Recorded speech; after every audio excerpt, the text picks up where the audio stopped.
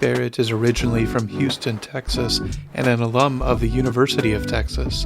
After going on a mission trip to Indonesia, she recognized a call in her heart to serve college students through the Fellowship of Catholic University Students. Barrett now serves as a focused missionary at Central Connecticut State University in New Britain, Connecticut. If you find yourself on CCSU's campus, be sure to connect with Barrett for brunch. This is a Know His Love story. I think I'm thinking of two things. Well, before I met Jesus, I don't know. I think in the moment I was like, my life is fine. I'm just kind of doing what everyone else is doing. I'm like making my parents happy. I have friends. I'm just kind of like beat bopping along, doing schoolwork and whatever. Um, but like in retrospect, it's like my life was just boring. And it was like like meeting Jesus, like knowing God's love.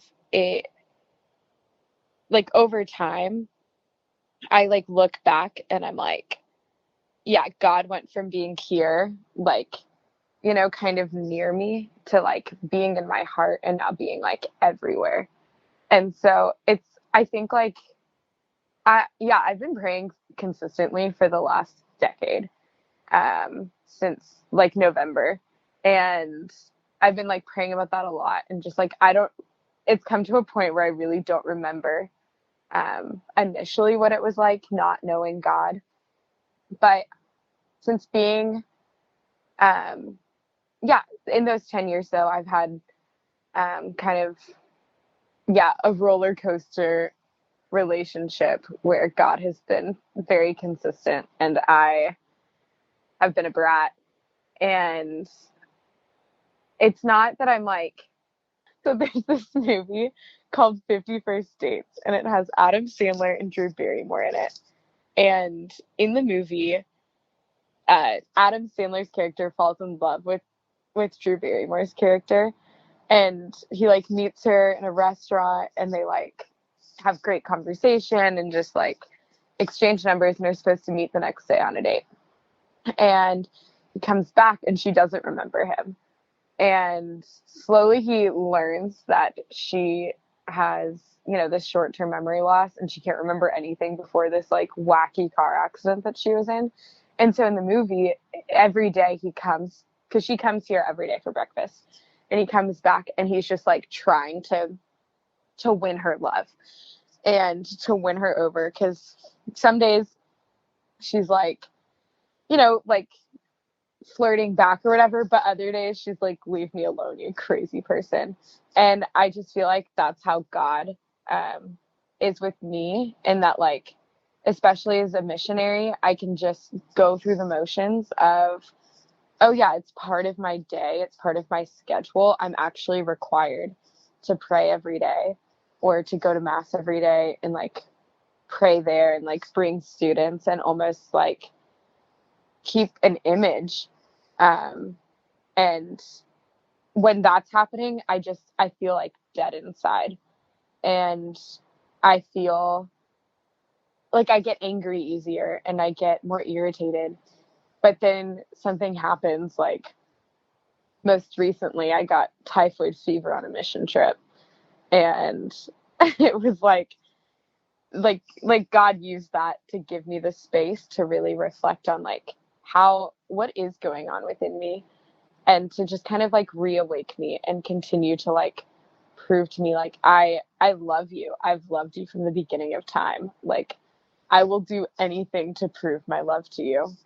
Um oh, it changes everything. Like it I can't I I like can't listen to music. I can't like watch a movie. I can't read a book without thinking about like God's love for me.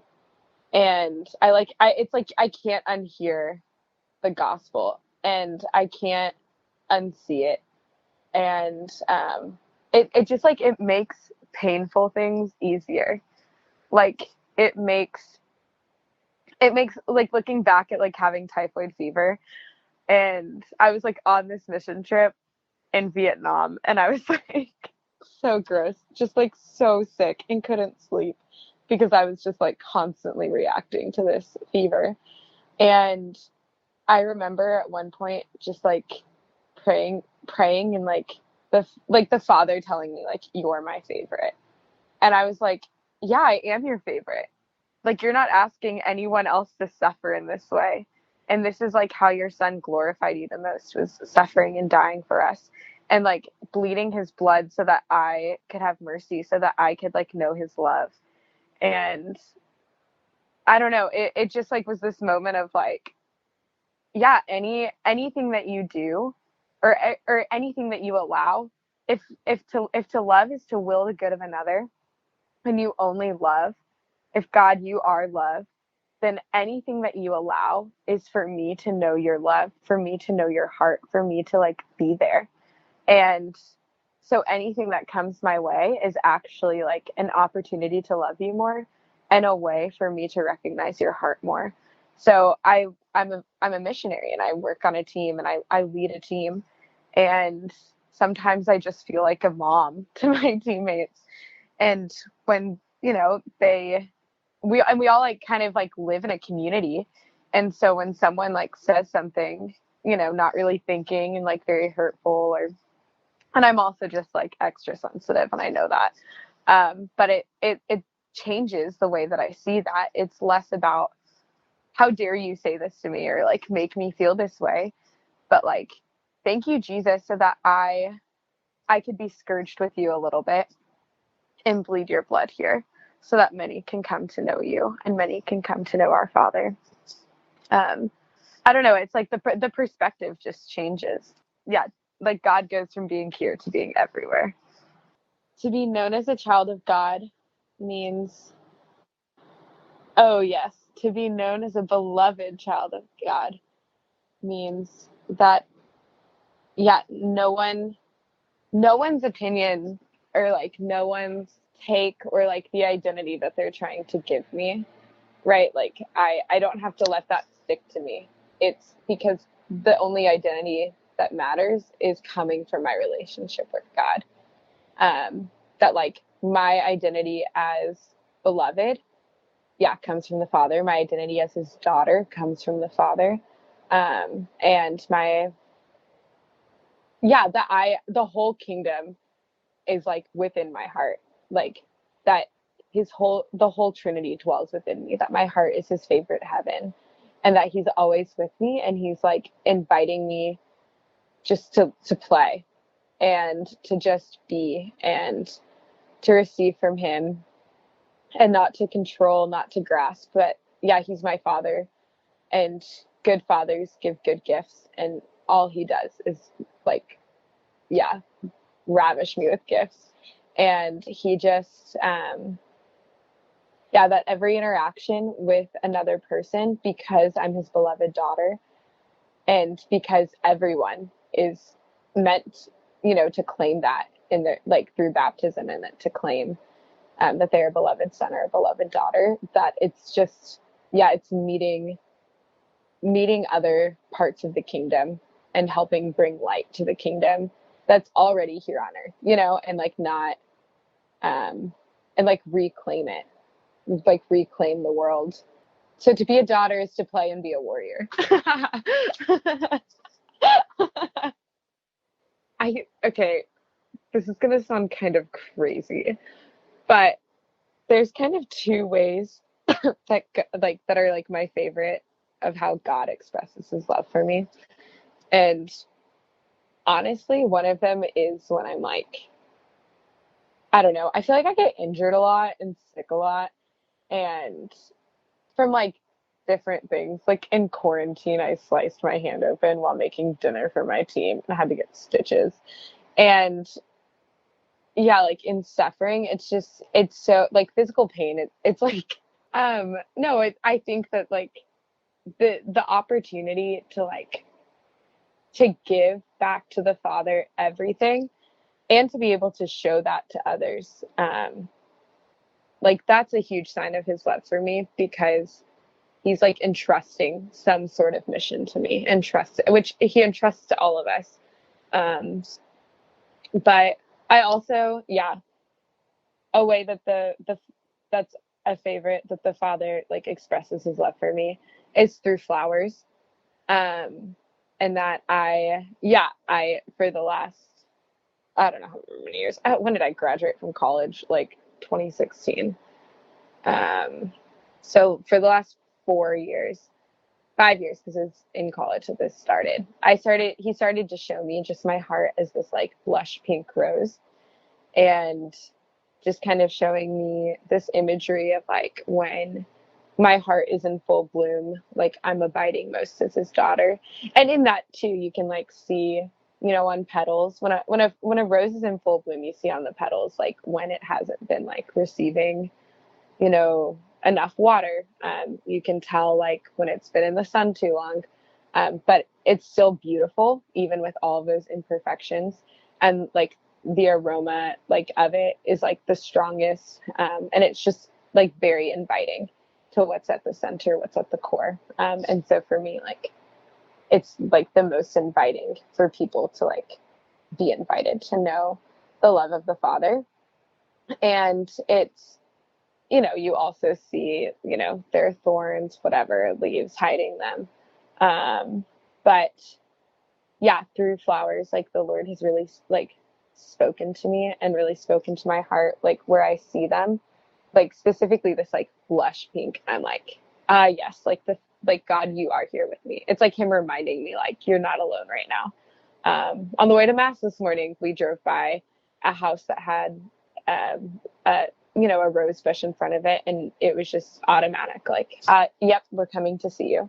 I'm coming to love you and to adore you. And different people are different flowers, and when I see these different flowers, he's asking me to like pray for specific people. And it's almost like this secret language of my heart with him. And yeah, it's not just like him saying like I love you, but like I love you and you're special to me, and I've chosen you, and I'm crazy about you, my daughter. To the person who does not yet know the love of the Father, I would say in a particular way that it is particularly for them, that his love, that he wants to love them in a unique and special and chosen way. Um, I would say just pause and rest. Go to the chapel, go somewhere that's quiet. If you're scared, bring a friend because it could be scary if you've never been, because it's unfamiliar. And um, just be with him, and just know that, I don't know, we say that we are searching, we say that we're, I don't know, we like want this like proof of his love for us. I want God to prove that he loves me every second of every day. Because I'm needy, but like that need is good, right? It doesn't make you unworthy because you need God. He wants us to need him. He wants us and loves us in a way that it looks like he actually needs us more. And he's just, yeah, he's so crazy about you, and he wants to give you everything. He wants to speak in a particular way to your heart. Um, but he's also respectful, and he allows us to choose. And it doesn't mean that he's not speaking to you right now. It doesn't mean that he's not chasing after you right now. He's there. He's just waiting for you to pause and to look at him and to meet his gaze again. Because you were made for him. He created you out of love. He created you for love. And you can hear that in honestly, any modern pop song, because it's just the broken human heart that recognizes its need but is not looking in the right place. And we have to be patient. and merciful towards ourselves, you have to be patient and merciful with yourself to recognize that it's not your fault, that this is hard to hear and hard to understand. And we can't blame anyone else. You can't blame, well, my priest never taught me this when I was little, or my parents didn't teach me. But just recognizing that, like, the world gave them something that wasn't true and beautiful and good, and it was disordered, and it was passed on to you. But in this moment, you have the choice to let the Father reorder it so that you can hear him and know his love in that way that he has been dying to speak it just to you. And yeah, just the beauty of, I think it was Saint Teresa of Avila who Jesus had told, like, I would recreate the whole world, do all this again just for you, to, like, say that you love me just one time. And it's true for everyone, and but in a special way, like, for you.